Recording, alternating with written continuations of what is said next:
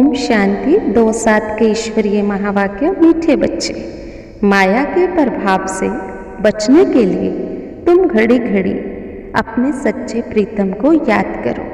प्रीतम आया है, तुम सब प्रीतमाओं को अपने साथ वापस घर ले चलने। प्रश्न है, कौन सा राज जानने के कारण तुम बच्चे शांति व सुख मांगते नहीं हो? जवाब है, तुम ड्रामा के राज को जानते हो। तुम्हें पता है कि यह नाटक पूरा होगा। हम पहले शांति में जाएंगे, फिर सुख में आएंगे। इसलिए तुम शांति व सुख मांगते नहीं, अपने शांत स्वरूप में स्थित होते हो। मनुष्य तो अपने स्वधर्म को भी नहीं जानते और ड्रामा के राज को भी नहीं जानते। इसलिए कहते हैं, मेरे मन को शांति दो। अब शांति तो वास्तव में आत्मा को चाहिए, ना के मन को। गीत है, प्रीतम आन मिलो। ओम शांति। मेन पॉइंट्स हैं, दुनिया में सबकी चाहना रहती है हम ईश्वर से मिले। इसके लिए ही यज्ञ, तप, दान, पुण्य आदि करते हैं, फिर भी ईश्वर मिलता नहीं। अगर ईश्वर मिलता तो तीर्थों पर नहीं जाते। समझो, किसी को मूर्ति का साक्षात्कार हो जाता है, परंतु वह भी ईश्वर तो नहीं मिला। ईश्वर को सब पुकारते हैं, हे पतित पावन, हे प्रीतम आ जाओ। क्योंकि आत्माओं को दुख होता है, शरीर को चोट लगती है, दुख आत्मा को फील होता है। आत्मा शरीर से निकल जाती है तो शरीर को कुछ भी करो, आत्मा को कुछ लगता रहे। आत्मा को सुख दुख शरीर में ही फील होता है। शांति आत्मा को चाहिए, क्योंकि आत्मा की ही शक्तियाँ मन बुद्धि संस्कार हैं।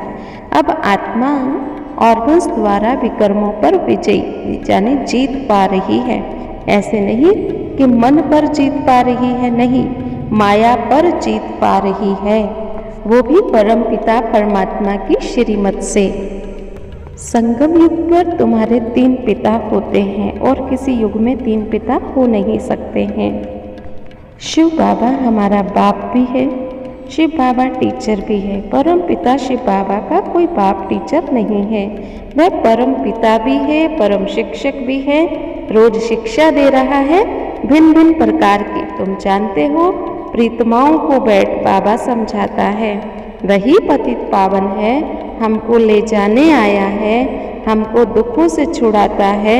यह रावण राज्य से राम राज्य में ले जाएगा।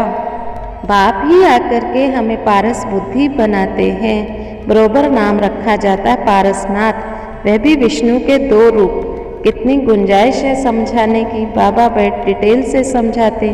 कोई कोई गीत बहुत अच्छे हैं। देखो, शिवरात्रि भी मनाते हैं। कोई से पूछो, शिव तो निराकार है, फिर रात्रि कैसी है कोई जानता नहीं है। आगे जाकर के गाते हैं, देवताओं के आगे जाकर गाते हैं, हमारे में कोई गुण नहीं, हम काले हैं। जैसे बैंगन में कोई गुण नहीं होता, ऐसे ही कई कई आत्माएं हैं जिसमें कोई गुण नहीं है। इसीलिए गुणवान के आगे जाकर के कहती, हम नीच हैं, हम निर्गुण हारे हैं।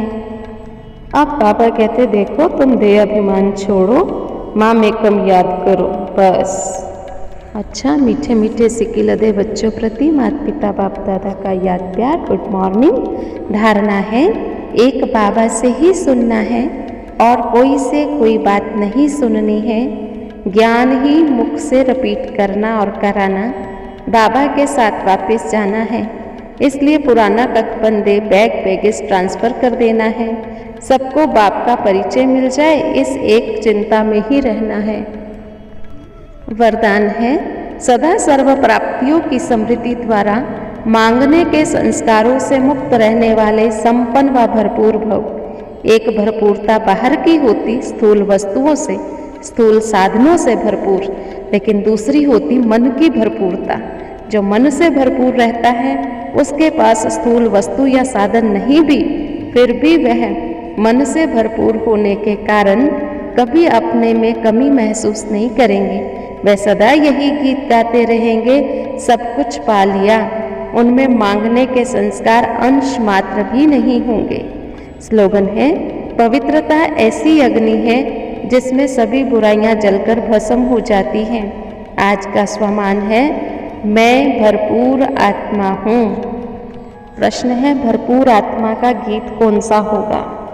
दूसरा प्रश्न है बाबा के साथ वापस जाना है, इसलिए हमें क्या कर लेना चाहिए। तीसरा प्रश्न है हम सुख शांति क्यों नहीं मांगते। चौथा प्रश्न है माया के प्रभाव से कैसे बचा जाए। और पांचवा आज का वरदान और स्लोगन लिखें।